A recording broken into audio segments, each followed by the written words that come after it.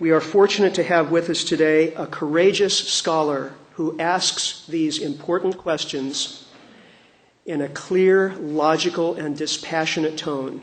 Please join me in welcoming David Ray Griffin.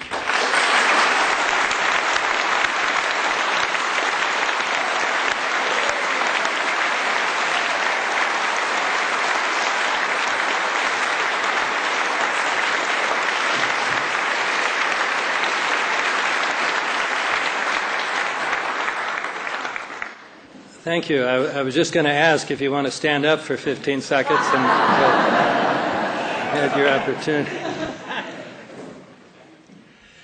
Well, I'm pleased to be able to say, Paul, I've actually finished the book now, so it should be out in about 6 weeks, I hope. With regard to our topic today, truth in politics, some people may wonder, people maybe outside this room, but is there anything in the 9/11 Commission report that is untrue? And now that I've finished the book, my big question is, can I find a true sentence in the book?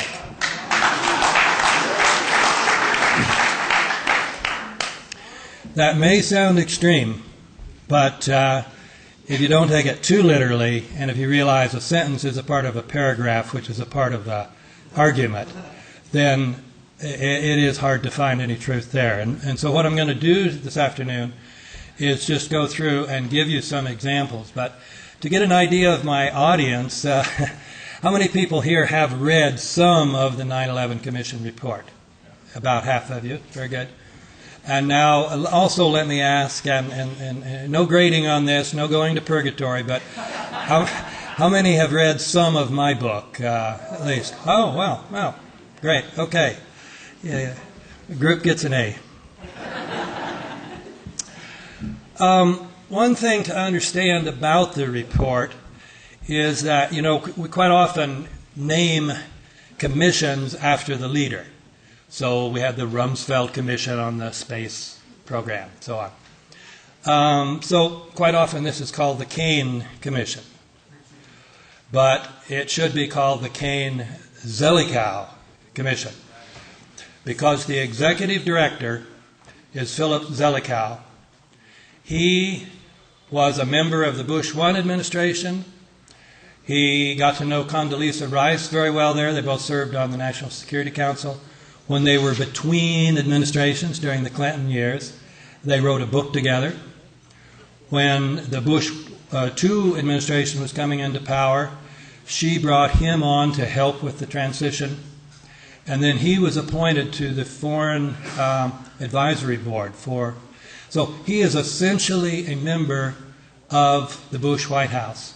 And yet, as executive director, he ran the commission. He had a staff of 70-some. He assigned them which topics were worth looking into and which ones were not. He assigned when people would come and say, I want to testify to the commission, I have something important to say. He would decide who would take that testimony, and so on. Let me give you an example, just one tiny example of how important that is. There's a new book out by Peter Lance called Cover Up. And Peter, good patriot that he is, went to testify because he had some important information about Ramzi Yousef. Remember the who masterminded the 1993 bombing of the World Trade Center. He was also the mastermind of the Bojinka project that they discovered in Manila. And he also was the one who came up with the planes idea of using planes for weapons. So he is the mastermind. Peter went to give testimony. And his testimony was going to contradict some of the things that showed up that were in the prosecution's case in 1996 when they prosecuted Ramzi Yousef. Who took Peter Lance's testimony? Dietrich Schnell, one of the two prosecutors of that event, of that trial. So that is an example of how the executive director could skew. And Peter said he got a mole inside the commission, somebody who was very unhappy on the staff, who was unhappy with the way things were going. And they would meet, and he would tell Peter what was going on. And he said that Zelikow just runs the whole commission, that there are these leadership teams, and 6 out of the 7 teams, he said, are completely controlled by Zelikow. Only one team, run by John Farmer, was not, and they were butting heads all the time. There are other examples, like at the commission report, people would say, "Tell us about the war games." And they would ask the commissioners, "Why didn't you deal with the war games?" And the commissioners said, "Oh, well, we were told that was unimportant." Well, by whom were they told? So you essentially have the 9/11 Commission. It's the White House investigating itself. And furthermore, as Peter points out, the staff, you think, oh, well, they got a staff there. It's a bunch of people who know how to do research. They probably got, university students and so on. No. Ex-FBI, ex-CIA, ex-Department of Justice, 9 members from the Department of Justice. Ashcroft, So they've got their friends back on there. So when you wonder, why are no names named? Got people on there protecting their friends, protecting their institutions that they're still proud of, or they want to have the public to have a good point. So, from the very beginning, this was a doomed commission. It was not a commission to get the truth. Once you realize that, these things won't shock you quite as much. But even then, even knowing that, I was still shocked at the number of omissions and the audacity of some of the distortions. So let me go through some of these. Starting right out on the very first pages, they start telling you about the hijackers. What they don't tell you, and they give you the names, and in the middle of the book you can see their pictures. What they don't tell you is that at least six of those men are still alive. Some of them have, like Walid al-Shura, walked into the embassy and said, "Here I am, I'm not dead." Nevertheless, and some of them were interviewed by the BBC and London newspapers. And nevertheless, they're in there. And this Walid al-Shura, they have him on Flight 11, and they say, "We believe he's one of the ones who stabbed some of the people who were stabbed." Just a total disregard of well-known facts. Just omit that there's any problem with the identity of the hijackers. Likewise, they fail to mention, Daniel Hopsicker has written a whole book about Muhammad Atta, showing he was not a devout Muslim.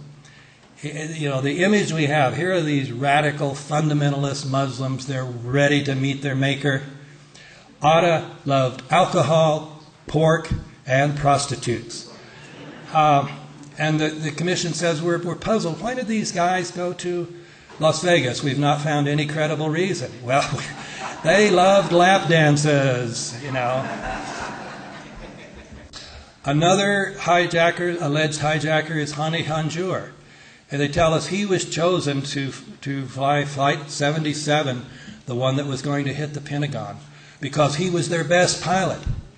Hani Hanjour could not fly any kind of airplane. He would go up in his lessons, and the next time the guy wouldn't go up with him. He says, "You can't fly." He was known as a horrible pilot, even with a little plane. And yet he was alleged to fly this Boeing 757 and make this amazing spiral, come down and come in at ground level, 400 miles an hour into the Pentagon. The best pilots in the world, some of them have looked at that and said, "I don't think I could do that." Hani Hanjour could not fly. This one they do mention. It's a funny thing. They mention this and then they just ignore it. And they have President Bush amazed, boy, this was some pilot, The flight manifest. We've never publicly seen flight manifests that show that any of the... So it's not just the 6. We don't know that any of the 19 men named were actually on these flights.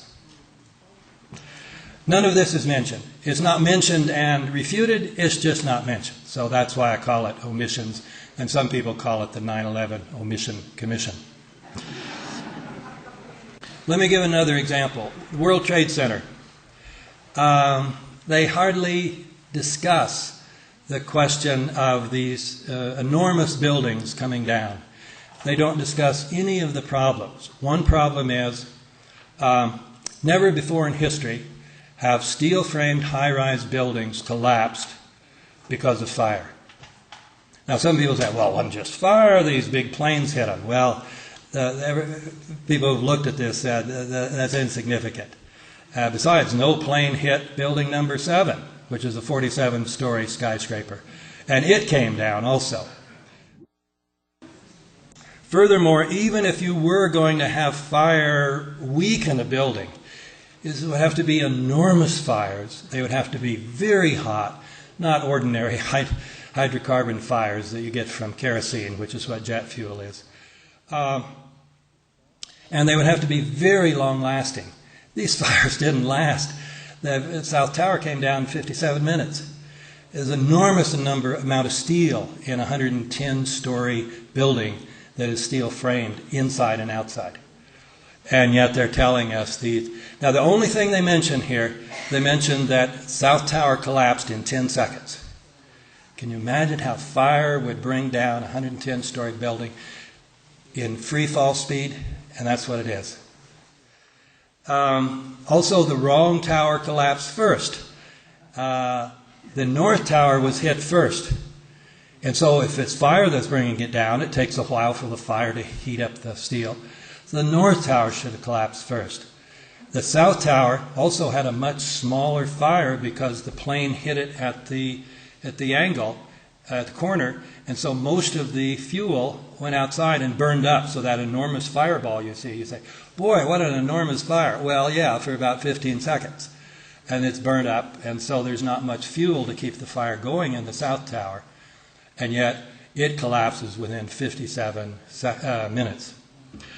One of the places where you just know they're absolutely lying and cheating is they give you an account that makes it sound plausible that these towers could have come down. They tell you that in the core of each building was a hollow shaft that was just filled with elevators and staircases. Yeah, and 47 massive steel columns. That's what the World Trade, these buildings were all about. This was this unique structure at the time. These 47 massive steel things going up into the air. So massive at the bottom. So even if you accepted the official theory, which is a pancake theory, that somehow the connectors between the columns in the middle and then the peripheral beams around the building, somehow those snapped and then the floors came down and that floor was so heavy it hit the net and it just going down. Can you imagine that happening in 10 seconds? And even if it did, just like if in the old records, when the records fell on the spindle, and those of you who are old enough to remember those, the spindle's still there. So why aren't those 47 towers still sticking up in the air? But the pictures show they totally collapse. You have something that's no more than 3 stories high. You should have had... I mean, just total dishonesty to deny the existence of those massive columns. And then they don't even mention that building number 7 collapsed. There's not a word about it. Everybody admits there is no explanation for why building number 7 collapsed. In most cities, this would have been the biggest building, 47 stories high. It can be ignored only because it was next to the towers. And FEMA says they come up with this lame explanation of how this building came down. They said the only explanation we can come up with has a very low probability of occurrence. So, there's no answer. So rather than telling you like an honest report would, we're surprised, we're puzzled why building number 7 collapsed. There's no good answer. They just don't even mention that it collapsed.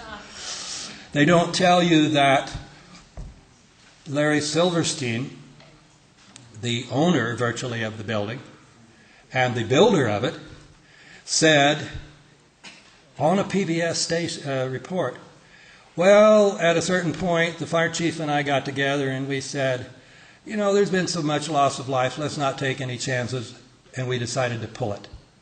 Maybe the smartest thing to do is pull it. and they made that decision to pull. Pull it is the slang for bringing it down by controlled demolition. So he admits it in public. It's well known. It's mentioned in any, like my book and other books and all the books that people sent to the commission, assuming they wanted to know the truth. And they don't bring in Larry Silverstein and say, "Why did you say that? What do you mean by that? Isn't that what a commission looking for the truth might do?" Likewise, Giuliani said, "We knew that the towers were going to collapse, so we got the people out of building number 7. How did he know the tower? Buildings have never collapsed before in history. How could have he known the Twin Towers were going to collapse? They didn't ask him that. They treated him as a hero when he comes into the commission. They fell all over themselves, praising Rudy Giuliani as the great hero. So what I'm getting at here, those of you who haven't read it, is that all 3 collapses were pretty close to classic examples of what they call controlled demolition. When dynamite or some kind of explosives are placed throughout the building at all the crucial points, and then they put them on a computer and they bring them down in a certain order, and therefore the building comes straight down so it doesn't fall on these other buildings, and they come down in virtually free fall speed. And that's what happened here. All 3 buildings. You can see them on all sorts of places on the website.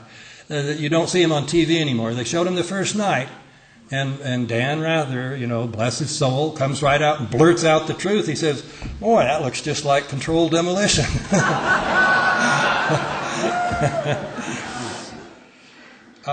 The 9/11 Commission also does not tell you that Marvin Bush, the president's brother, and their cousin, Wirt Walker, were the principals of the company that was in charge of security for the World Trade Center.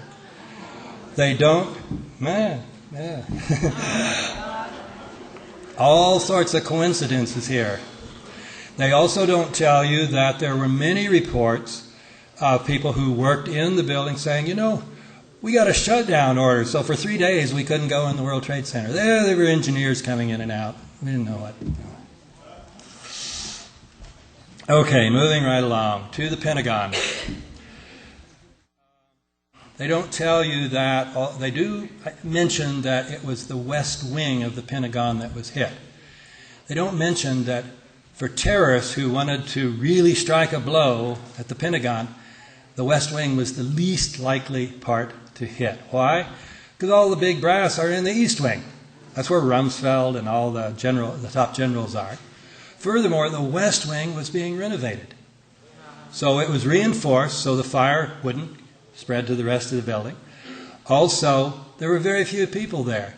And so, although it's tragic that 125 people on the ground were killed, several thousand would have been killed if the plane had hit any other. Well, if it had been a plane, we'll come to that later.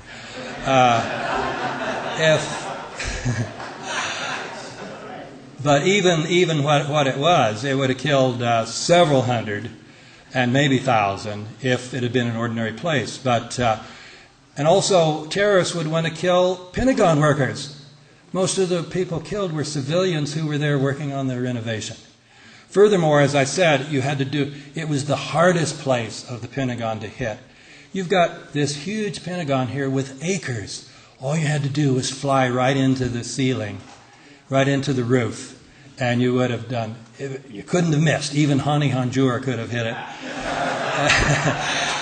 And all you had to do was hit the east wing. And, remember how smart these terrorists were? These were masterminds. And yet they didn't know that the west wing wasn't where you would want to hit. Furthermore, the facade, even though it was hit by a Boeing 750, this is the official story, Boeing 757 going 400 miles an hour, got a wingspan of 125 feet, got these enormous engines on it, got a tail that makes the plane 40 feet high. It didn't knock the facade down for a half hour. The facade stood after being hit by the plane for a half hour before it fell down. Photographs were taken by Marines and other military people and Tom Horan of the Associated Press They show you that the hole that was created by this Boeing 757 was about 20 feet in diameter. 20 feet in diameter. That's big enough to get the nose of a Boeing inside. So, there ought to be a Boeing sitting out there in front. Tom Horan's pictures, other pictures show there's no Boeing. This French researcher, Thierry Masson, has a website called Hunt the Boeing. And he shows all these photographs. Say, look outside, no Boeing. Well, let's go inside. No Boeing. So they asked Ed Plower, the fire chief, who was in charge of putting out. What'd you see in there, Ed? This was at the Pentagon press conference the next day. He obviously hadn't been coached, and he said, no big pieces of anything, no fuselage, no, nothing like that. And then two other people get up. One of them was the head of the renovation project and said, yeah, no big pieces of anything, nothing sticking up in the air. A Boeing 757 is pretty big. Why don't they just release the videos and show us? There's cameras there, cameras on hotels next door. There's a camera in the gas station across the street. All you have to do is show us the videos and you can prove it was a Boeing 757. No, they didn't show us any. They finally, after Thierry Masson came out with his theory that it wasn't a Boeing but a missile, they released 5 frames that they said proved it. Some people have looked at those frames and said, that's when I became a skeptic, because that was not a Boeing, even though they tried to make it look like it. Furthermore, this video that was across the street, within 5 minutes of the attack, the FBI was over there and confiscated it. You would think the FBI would be distraught. Hey, for the first time in history, the Pentagon has been hit. No, they had the presence of mind to get in their cars and drive over there and confiscate the video. We've never seen it. 9/11 Commission, of course, doesn't mention any of this. How could a Boeing, a commercial airliner, attack the Pentagon? Wouldn't you have batteries of missiles surrounding the Pentagon so that any airplane that doesn't have a military transponder radiating friendly would be shot down? Of course, that's exactly the situation. And yet whatever it was that hit the Pentagon goes right through. Batteries are not operative. Then one of the most dishonest things in the Commission report is they actually bring this up. Because one of the criticisms have been these flights that were going to New York, they passed by one of the biggest nuclear plants right along the river there. All they had to do was attack that.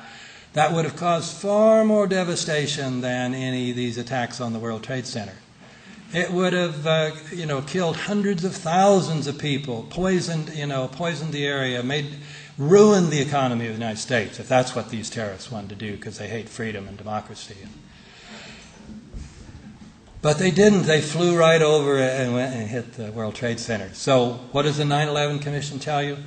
Well, they have this guy named, they call him KSM, Khalid Sheikh Mohammed. And they've captured him, they tell us. Well, he's this font of information. And they just say anything they want to, and they say, this is what KSM told us. We have no way of checking this. They just tell us, he was the mastermind. So what he told him was, well, yeah, we thought about hitting a nuclear plant, but, we said, they're probably guarded. They probably have missiles around there. We'd probably get shot down. So let's go hit the Pentagon. It's surely...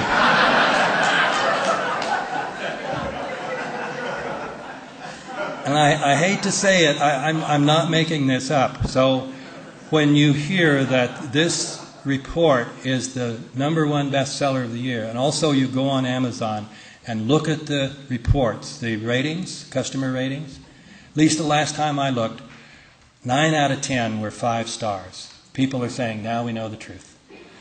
And yet this is comic book stuff. When you know what the truth is, you know all these other reports that they've ignored. It's almost comic book writing. Just, no, that's not true. This is true. How do we know it? Well, because KSM told us, or because we have this transcript. But of course, it will be put in the vault for 50 years, and you'll never be able to see it. With the Warren Commission, they published all the supporting documents. Whatever you can say about the Warren Commission, you can say a lot about the Warren Commission. You know, and Max Cleland said, I'm not going to be part of another Warren Commission cover-up. And he wasn't. The president got him a job, another job. And so you got Max Cleland off the commission, and so you got a unified report. They're very proud. We published this without dissent. They just give you all these reports, and yet they in the notes in the back, and these are authoritative, and yet there's nothing that you can go to check these reports because they're in the hands of the FBI or they're in the hands of other people. You can't check out anything they say, unlike the Warren Commission. At least you could see the testimony. Okay, President Bush on 9/11. You would think, you know, we've seen these movies about the Secret Service. These guys are really highly trained. And if there's the slightest danger to the president, they get in front of him. If there's the slightest danger that this route is not good, you change the route, and so on and so on. Here's the president down in Sarasota in the classroom. And, of course, a lot of you have seen that in the Michael Moore movie. And he sits there, and he sits there, and he sits there after they've told him about the second tower. After the first tower was hit, he says, oh boy, what a horrible accident. So they just go on like, oh, this is a little plane and it flew in. But after the second one, there could be no doubt, but America was under a terrorist attack. I mean, given the official story. Could be no doubt about that. So why didn't the Secret Service whisk him out of there? Because if these were terrorists and they wanted to attack the symbols of America, what better target than the President of the United States? If Osama bin...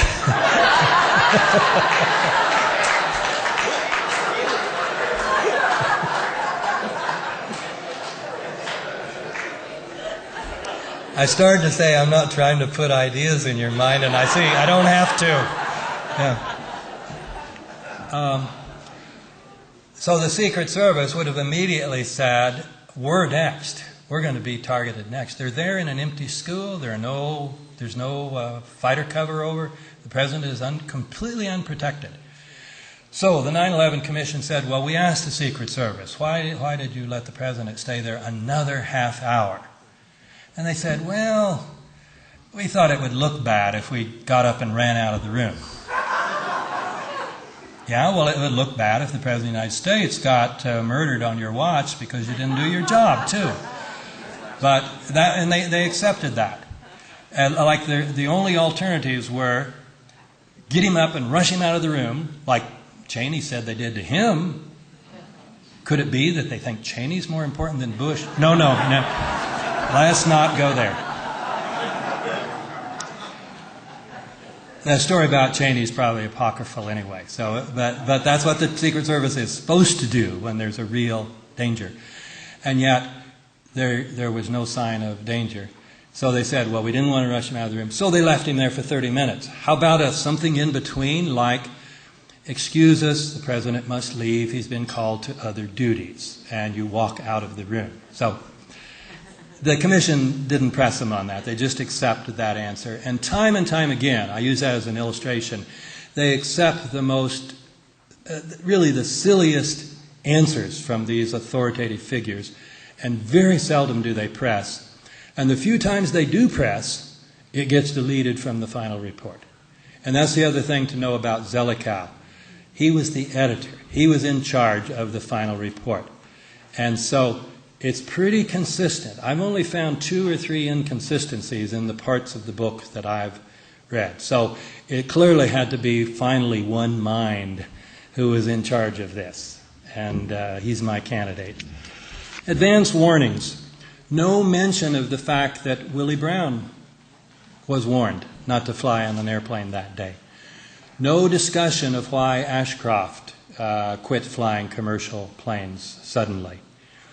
No mention that David Shippers, you remember who David Shippers? He prosecuted President Clinton. You'd think he'd be very popular in Republican circles. And so if David Shippers called up Attorney General Ashcroft and says, hey, I've got a serious problem here. I've got some FBI agents who tell me there's going to be an attack on Lower Manhattan. and Ashcroft will not return his call.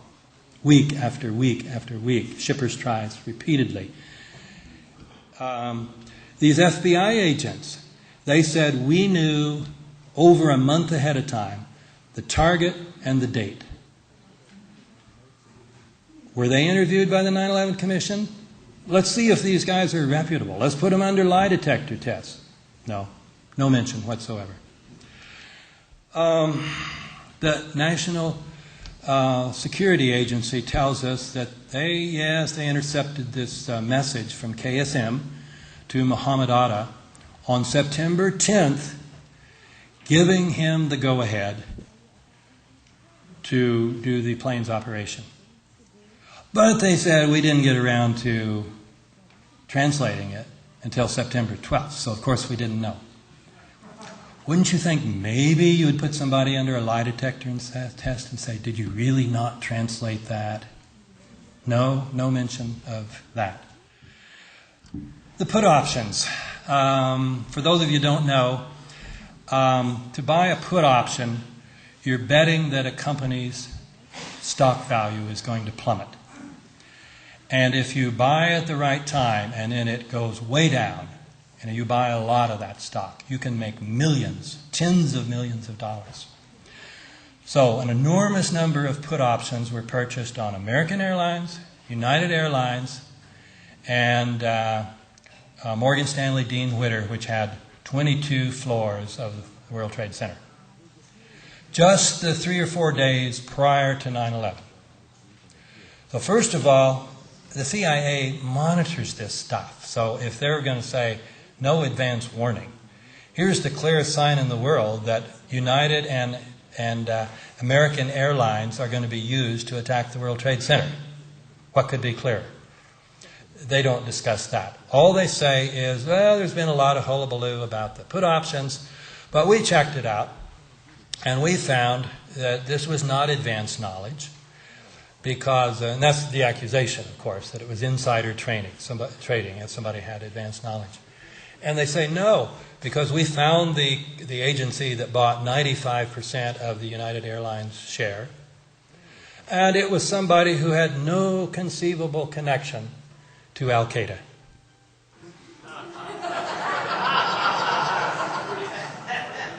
So you see the circular argument. The official story is that the commission started with and ended with is that the operation was pulled off entirely by Al-Qaeda and that nobody else knew about it. And so if this guy didn't have a pipeline to Al-Qaeda, he couldn't have possibly, it was just a lucky guess. Osama bin Laden.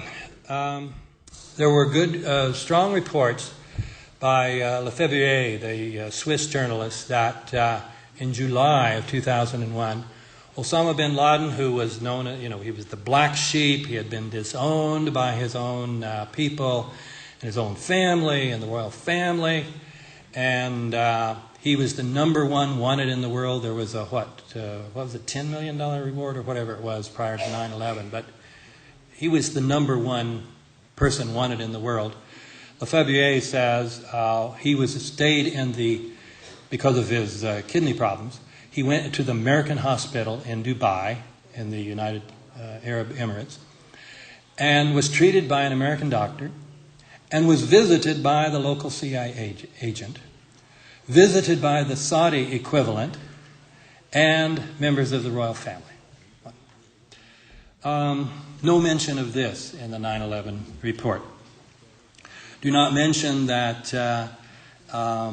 the bin Laden family got together for weddings, where Osama and all these people who had disowned him got together. They do not mention that the British press decided that the whole hunt for Osama bin Laden in Afghanistan was a charade. Remember this, when he was in the Tora Bora Mountains and we were bombing this road, and yet somehow he escaped into Pakistan? They didn't tell us that, well, there were two roads and we only bombed one road and they went the other road. And then you heard Kerry the other night pointing out that said we outsourced this job too.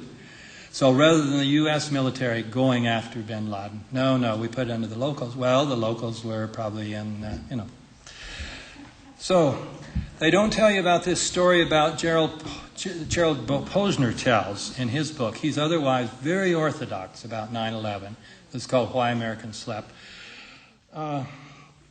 He says that this guy, Abu Zubaydah, who was one of the top 3 or 4 al-Qaeda people in the world who was captured, then he was put under interrogation by CIA guys pretending to be, because they were Arabs, pretending to be from Saudi Arabia. So he says, oh great, my own countrymen, let me tell you, just call these, he had these numbers from memory, he said, call these members of the royal family, and they'll tell you, I'm the go-between between the royal family and Al-Qaeda. And they know all about this, so, be fine. And the CIA agent said, not after 9/11 it won't, because now all bets are off. They said, oh, no, they knew ahead of time. They knew there were going to be attacks on 9/11. It's no surprise to them. No mention of this. Now, Posner's story may be false. He may be an opportunist, and some people think he's just a lying person. And but no mention of it, even to refute it. Which you would think, and remember in the first, those of you who read the book, read in the preface, it said, our intention was to give the fullest possible account of the events surrounding 9/11. Well, this would be part of the fullest possible account. No mention of Saudi funding of Al-Qaeda. Now, some of you maybe have read Bob Graham's book. He reports that the 9/11 joint inquiry that the House and Senate Intelligence Committees did in 2003. And remember the 28 blocked out pages? That was about, he says here in the book clearly, that this was about Saudi government, and particularly about Saudi government funding of Al-Qaeda. No mention of this in the report except a disclaimer, this mantra they have, we have found no evidence. They say, we have found no evidence that any foreign government, we have found no evidence that the Saudi government or any members of the royal family gave money to Al-Qaeda. Now, Craig Unger, in his book, have you read House of Bush, House of Saud? This is the book that a lot of Michael Moore's movie was based on. And Unger reports that there's no doubt about that Prince Bandar, who is, in tight with the Bush family, even known as Bandar Bush. He's the Saudi ambassador to Washington. That he and his wife, particularly his wife, Princess Haifa, gave about $130,000 to a couple in California, San Diego, allegedly for a thyroid problem for the wife. And maybe she did have a thyroid problem, and maybe it was all innocent. But nevertheless, the money then went from that family to 2 of the alleged hijackers, Almedar and the other that was in San Diego. And so this is documented both by Graham and by Unger. And yet they said, we found no evidence that Princess Haifa gave any money, whether directly or indirectly, whether intentionally or unintentionally. She just didn't give any, period. Or that is, we found no evidence that she gave any. That statement could be literally true. You can't find sometimes what you don't look for. Saudi flights. Remember, this was the big to-do about Michael Moore's book, and people came out and said, oh, that's just gross distortion, that there were any unauthorized flights that were carrying Saudis. The 9/11 Commission says, yeah, no problem, nothing unusual went on. Craig Unger reported that on September 13th, there was a flight from Tampa to Lexington that carried 3 young Saudis to Lexington, where one of the big flights was going to take them out of the country. On the morning of September 13th, Craig Unger is very clear about this, at 11 o'clock, commercial flights were allowed. Private planes were still not allowed. In fact, there was any pilots here, you know, about a NOTAM, is that what they call it? Notice to all airmen, using the old sexist language. They came out at 10:57 saying, warning, airspace is only open for commercial flights. No private flights will be allowed. You will be forced down if you go up. The 9/11 Commission just says, no problem. American airspace was open at 11 o'clock on that day, and that flight didn't leave until 4:30 in the afternoon. That is the complete, you know, one of the strongest examples of the complete dishonesty. They have to know they're lying. And yet, they also know that most of the American people won't know any better, and so they'll get 5-star reviews on Amazon.com in spite of such things. FBI.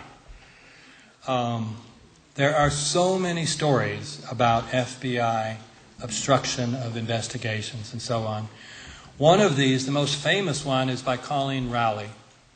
Remember, she was one of the Time Persons of the Year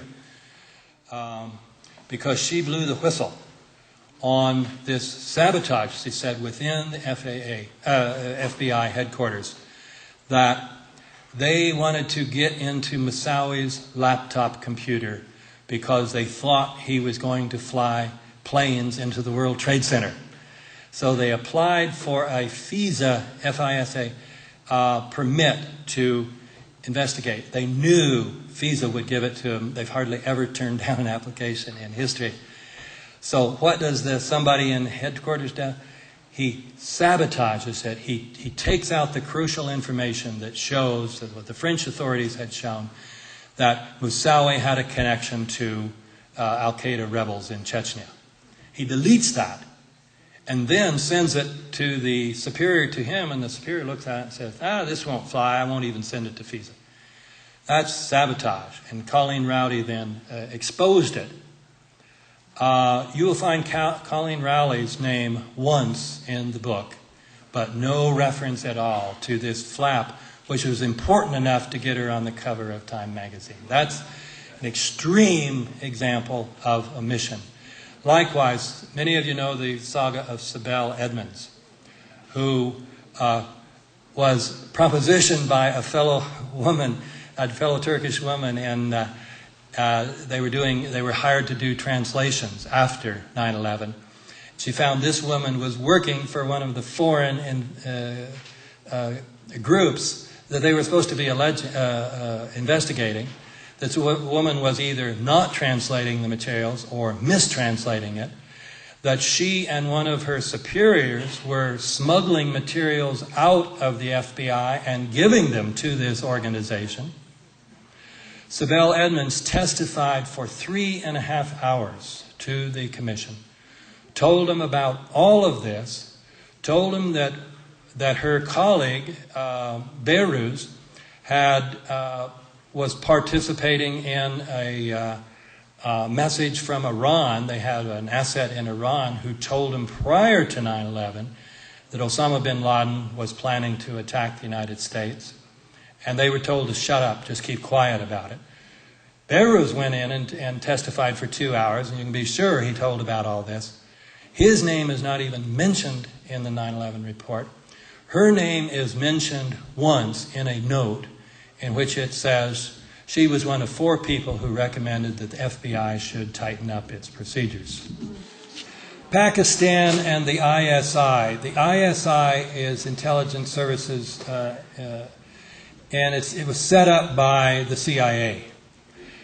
And you see, if there were evidence then that the ISI were involved in 9/11, that might suggest that the CIA was involved in 9/11. So it would be very important to keep any such information away.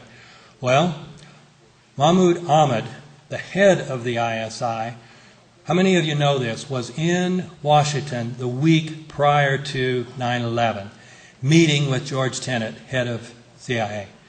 No mention of this. They mentioned that he showed up on the 13th, probably to come over and give condolences and say, what can I do to help? But there's no mention that he was there prior to 9/11. There's no mention that he and Tenet were meeting 5 days before the leader of the Northern Alliance, Masood Ahmad, was assassinated, and according to the Northern Alliance, by the ISI. And that made things easy then when we went in there, because there were no leaders to challenge what the American government wanted to put in place.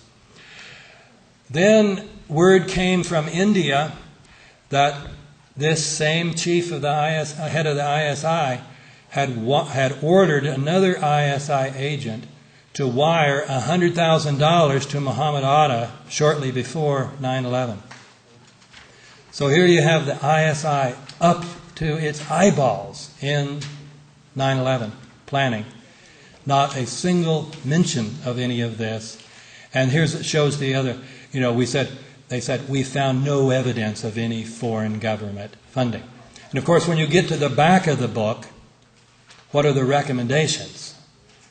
Continued cooperation and funding of Pakistan, and of course, continued cooperation with Saudi Arabia. So, in other words, you start with the back of the book and look at the recommendations, and then you can figure out what they're going to discover was the truth about 9/11. In other words, this was all, to get to our topic, this was not truth-driven. This was politics-driven. The whole report is politically driven, not driven by a desire for truth. No mention of the fact that Daniel Pearl, Wall Street Journal reporter, was murdered by ISI. No mention that this other guy that Posner says that Abu fingered, as somebody in Pakistan who knew about 9/11 ahead of time, also died. Oh, I forgot to tell you about Posner's story. He mentioned 3 members of the royal family who were the ones who knew about him and knew about 9/11. All 3 of them die within an 8-day period. And that was, according to Posner and Unger, just after the CIA had told Saudi intelligence about these 3 guys. So Prince Ahmed, who's 41 years old, suddenly dies of a heart attack. The second guy dies the next day in a single-car accident on his way to Ahmed's funeral. And then my favorite is that the young guy, who was only 21, died of thirst. He went out into the desert, and just being 21 years old, he probably just forgot, in the desert you need water. And no mention of any of these anomalies in the 9/11 report, as if, this is something strange we should look into. Okay, so the same thing happened in Pakistan then. This Mir died in one of these flights, even though the plane had just been checked. Of course, that was probably the problem. It had just been checked. Yeah. No mention that another ISI agent in 1999 had looked at the World Trade Center. He was being taped and said, those towers are coming down. So this is a long-term plan, if that story is true. No mention in there about all the motives. If you're going to say, well, maybe the U.S. government was involved, you'd say, well, why? You need a motive. Cui bono? Who benefits? No mention of the fact that the United States government had a big appetite and big plans. So why did we attack Iraq? Let's go to Afghanistan.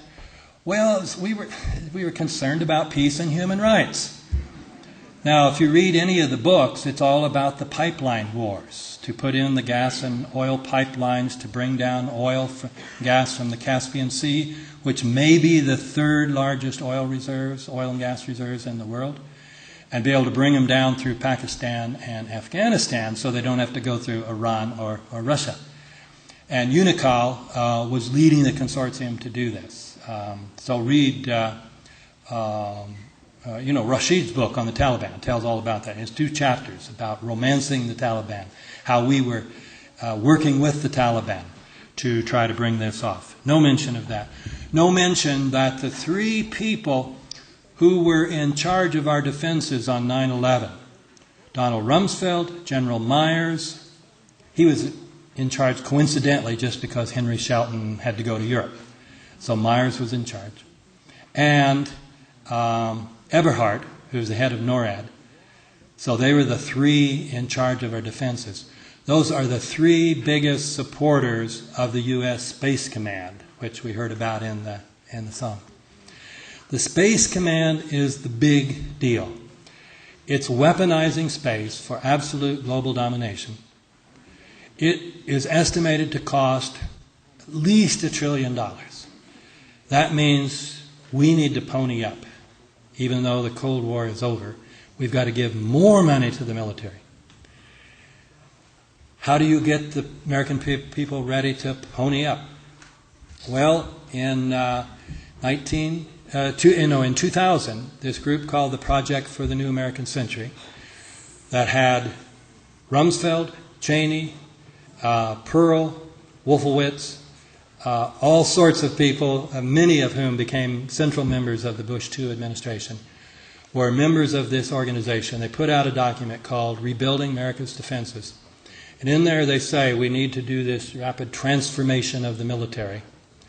But it's going to go very slowly, absent some catastrophic and catalyzing event, such as a new Pearl Harbor. The evening of 9/11, evidently Bush wrote in his diary, I think the new Pearl Harbor happened, of the 21st century happened today. After 9/11, Rice, Cheney, Bush were all going around saying, this 9/11 provides great opportunities for us. No mention of that, the word opportunity. There's in the 9/11 report, there's an index. You can go on internet and look up any word. Look up opportunities. You will not find opportunities in the mouth of any member of the administration. Iraq, no mention of the fact that this same group had been chomping at the bit to attack Iraq ever since Papa Bush wouldn't do it back in 91. They were very upset with him. In the report, no mention that we might have some interest in the oil. Now, Kerry, the other night, in my moment, the proudest moment, he said, what happened when we went to Iraq? We ignored everything. Everything was chaos, except the oil ministries. We protected the oil ministries. Furthermore, he said, we're building 14 military bases. If you read Chalmers Johnson's book, that's what it's all about. Oil and bases are two sides of the same coin. That's what it's about. You would not get an inkling of that. We were just going over to take care of Saddam because he was a bad man. Okay, I'll have to draw this to an end. Let me just say that when my book comes out in 6 weeks, the second part of the book, which is dealing with the 9/11 report, defending the military, going through Flight 11, 175, 77, and then 93. This is by far, every reader reads it and says, this is the strongest part of the book. And I'm sorry I didn't get to it today, but then I want you to buy my book. But when you get to this part, you will say, part 1 is mild, compares with the lies in part 2. Let me just give one example. The big question is, did we, our own military, shoot down Flight 93? And many people have argued Cheney was down in the underground shelter masterminding this operation. What does the 9/11 report do? It tells you, well, Cheney didn't get down there till 10 o'clock. And then the flight was down at 10:03. No way he could have done it. And then he didn't give the shoot-down order till 10:15. Norman Mineta, Secretary of Transportation, testified to the 9/11 Commission that he got to the White House about 9:15, checked in with Richard Clark. This corresponds exactly to Richard Clark, what he says in his book, Against All Enemies. Went down to the underground shelter, got there by 9:20. Cheney was already there, was clearly in charge. There was a guy coming in talking about this flight is 50 miles out. Does this order stand? This was probably whatever was coming towards the Pentagon, which in the book they tell you, gee, we didn't know anything about it until 2 minutes ahead of time. And here we have it, almost 20 minutes ahead of time. And so they make up this story that Cheney didn't get taken down. to the underground shelter and didn't actually get in there till 10 o'clock. So they lie by probably, Richard Clark's account suggests that Cheney went down about 9:12. So they lie by almost an hour there. And they tell you, well, this was in the logs, but the Secret Service says, well, those logs somehow got destroyed. We don't have that information, but we can trust the Secret Service. So the biggest lies are in part 2, particularly with regard. Well, let me summarize. You got 3 stories. You now had 3 stories about 9/11. The first few days after 9/11, Myers, NORAD, and others were saying, we didn't send up any flights until after the Pentagon was hit. Well, that wasn't going to wash. That looks like a stand down where you say, well, just let it happen. So then they start telling us, and CBS says on Tuesday night, oh no, they sent up flights, but they just didn't get there on time.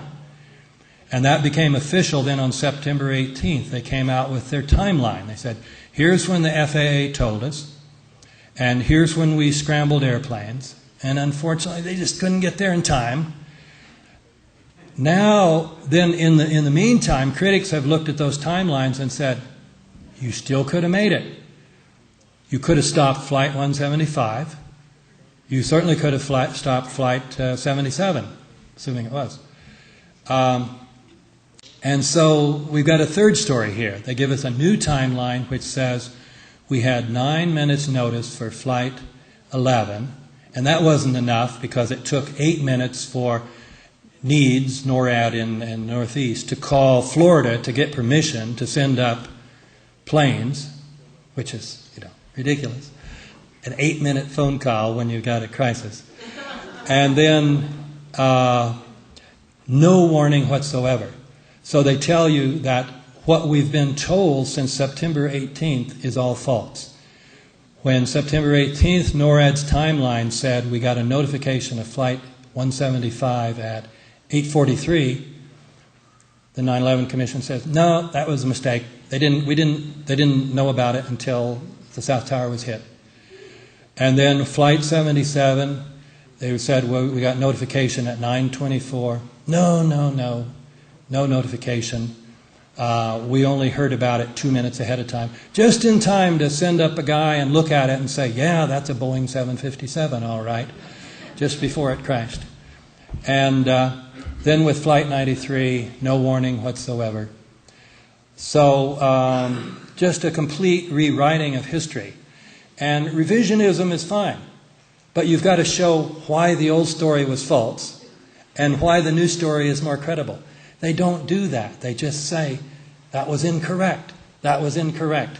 Here's the truth, and then you look at the notes. It looks very scholarly because they've got all these books and the notes in the back, but you look at the crucial ones and it says, interview with General Myers, interview with General Everhart, interview with the Secret Service, interview with the FBI agents. I hate to tell you this, but this is the sad story of truth and politics in Washington in these here days. Thank you very much.